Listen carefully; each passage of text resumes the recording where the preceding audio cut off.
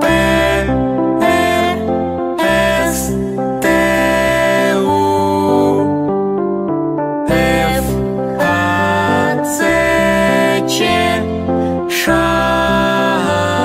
Щ. Твердий знак і м'який знак.